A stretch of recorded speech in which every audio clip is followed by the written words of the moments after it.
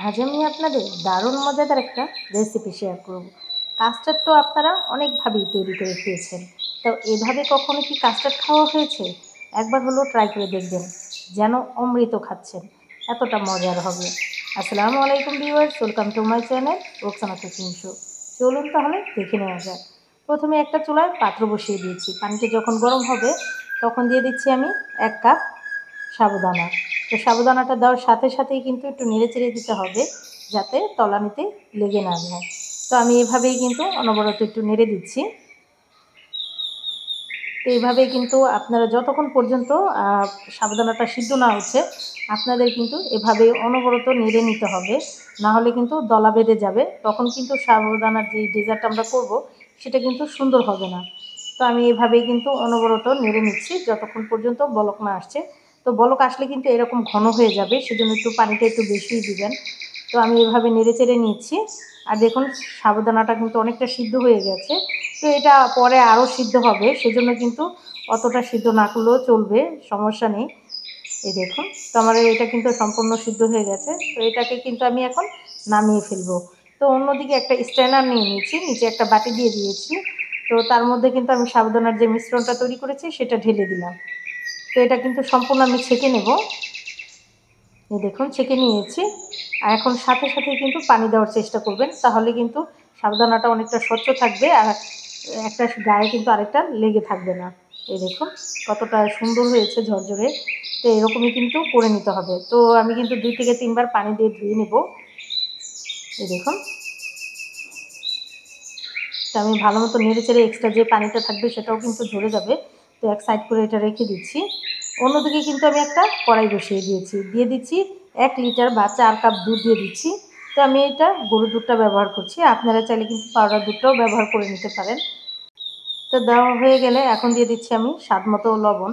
মিষ্টি জিনিস একটু লবণ না দিলে কিন্তু একদমই ভালো লাগে না, সেজন্য কিন্তু একটু লবণ দিয়ে দিলাম। তো আমি একটু নেড়ে চেড়ে ভালো মতন বলকা নিয়ে নিচ্ছি। তো অনবরত একটু নাড়াতাড়াই থাকতে হবে। তো আমি এভাবেই কিন্তু বেশ কিছু সময় নেড়ে নেব। এই দেখুন দুধটা কিন্তু অলমোস্ট বলক চলে এসেছে, আপনারা একটু খেয়াল করলে কিন্তু বুঝতে পারবেন। এইভাবে কিন্তু একটু জাল করে নেব, যেহেতু কাঁচা দুধটা আমরা ব্যবহার করেছি। এখন দিয়ে দিচ্ছি কিছুটা চিনি। তো আমি 1 কাপের মতন চিনি দিয়েছি, আপনারা কম বেশি করে দিয়ে নিতে পারেন। তবে যে পরিমাণ আমি তৈরি করছি 1 কাপ চিনি কিন্তু একদম পারফেক্ট হবে, একবারে মিষ্টিও না আর একবারে আপনার পানসেও না, একদম পারফেক্ট একটা মিষ্টি হবে। তো আমি এটাকে নেড়েচেড়ে মিশিয়ে নিচ্ছি। এতে মধ্যে কিন্তু চিনির থেকে যে পানিটা বের হবে সেটাও কিন্তু অলমোস্ট এটা রান্না হয়ে যাবে। তো এই দেখুন দুধটা কিন্তু সুন্দর মতন বলক চলে এসেছে। তো চামচ দিয়ে কিন্তু আমি অনবরত এইভাবেই নেড়ে দিচ্ছি। এইভাবেই কিন্তু নেড়ে দেওয়ার পর কিন্তু বেশ কিছু সময় এটাকে কিন্তু রান্না করে নিয়েছি। এখন সেই সিদ্ধ করে রাখা সাবুদানাগুলো দিয়ে দিচ্ছি। এই দেখুন কতটা সুন্দর আর কতটা স্বচ্ছ রয়েছে। তো যতটুকু পরিমাণ সাবুদানা আমি সম্পূর্ণটুকুই কিন্তু দিয়ে দিলাম। এখন কিন্তু আবারও নেড়েচেড়ে মিশিয়ে নিচ্ছি। দেখুন দেখতে কতটা সুন্দর হয়েছে। তো এভাবেই কিন্তু আমি আবারও বেশ কিছু সময় এটাকে রান্না করে নেব। তো বেশ কিছু সময় কিন্তু আমি রান্না করে নিয়েছি। এখন আমি 1/4 কাপ দুধ আর হলো 2 চামচ কাস্টার্ড পাউডার মিশিয়ে রেখেছিলাম, সেটা কিন্তু দিয়ে দিলাম। তো একসাথে এক সাইড থেকে দিচ্ছি, আর অন্য সাইড থেকে কিন্তু আমি নাড়ার তালেই আছি। কাস্টার্ড পাউডারটা দেওয়ার পর কিন্তু আপনার এটা সুন্দর মতন কিন্তু এইরকম ঘন হয়ে যাবে। আপনারা একটু খেয়াল করলেই কিন্তু বুঝতে পারবেন। তো বলক আসা পর্যন্ত ওয়েট করছি। তো বলক আসলেই কিন্তু এটা নামিয়ে ফেলবো। এটা কিন্তু আর জাল দিয়ে ঘন করা যাবে না।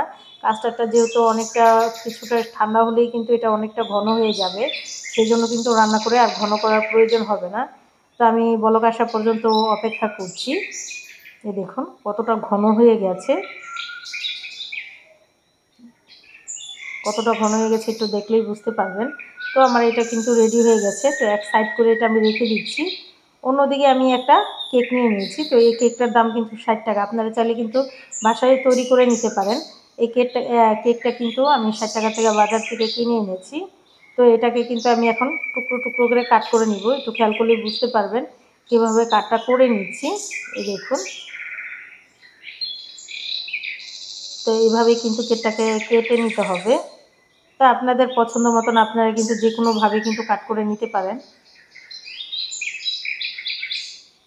তো আমি সম্পূর্ণ কেকটাই কিন্তু এভাবেই কাট করে নিব।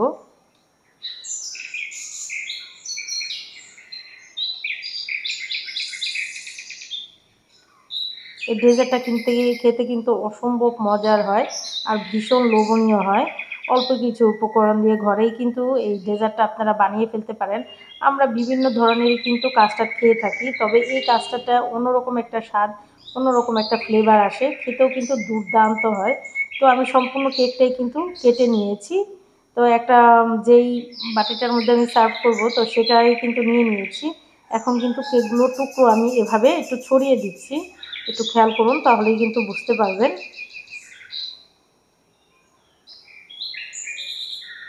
তো আমি এভাবেই কিন্তু সবগুলো কেক দিয়ে দিচ্ছি।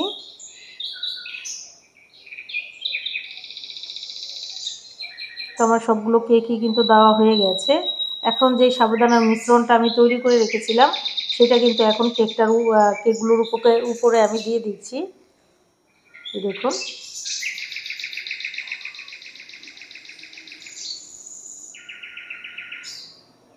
আমি সম্পূর্ণ মিশ্রণটাই কিন্তু এটার উপরে ঢেলে দিব।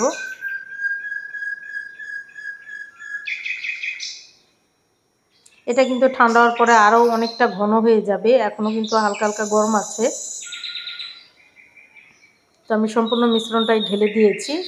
তো একটু ট্যাপ করে আমি কিছু সময়ের জন্য রেখে দিচ্ছি।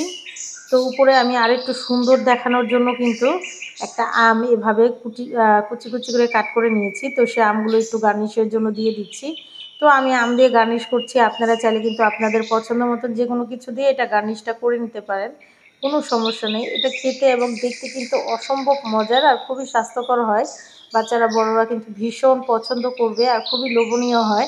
তো অনেকভাবেই কিন্তু কাস্টার্ড খাওয়া হয়। তো এভাবে একবার হলো বাসায় ট্রাই করে দেখবেন আর কমেন্টের মাধ্যমে আমাকে জানাবেন আপনাদের কাছে আমার এই রেসিপিটা কেমন লাগলো। এই দেখুন কতটা লোভনীয় আর কতটা জুসি লাগছে, খেতে কিন্তু হয় অসম্ভব মজার। এই দেখুন,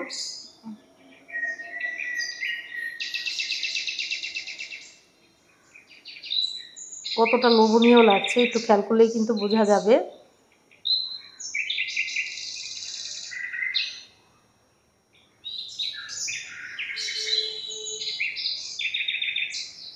অসম্ভব মজার আর ভীষণ লোভনীয় একটা রেসিপি। তো রেসিপিটা আপনাদের কাছে কেমন লাগলো অবশ্যই আমাকে কমেন্টের মাধ্যমে জানাবেন। আর যারা এখনও আমার চ্যানেলটাকে সাবস্ক্রাইব করেননি, আমার ভিডিওগুলো যদি আপনাদের কাছে কোনো অংশে একটু হলেও ভালো লেগে যায়, অবশ্যই আমার চ্যানেলটা সবাই সাবস্ক্রাইব করে আমার চ্যানেলের পাশেই থাকবেন।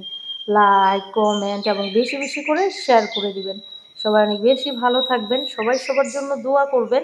আর অবশ্যই ঘরে একবার হলেও এই ডেজার্টটা তৈরি করে খাবেন। আশা করি ফ্যামিলির সবাই, বাচ্চারা বড়রা ভীষণ পছন্দ করবে আর খুবই প্রশংসা করবে আজকের এই রেসিপির জন্য। সবাই ভালো থাকবেন, সুস্থ থাকবেন, সবাই সবার জন্য দোয়া করবেন। তো আল্লাহ হাফেজ।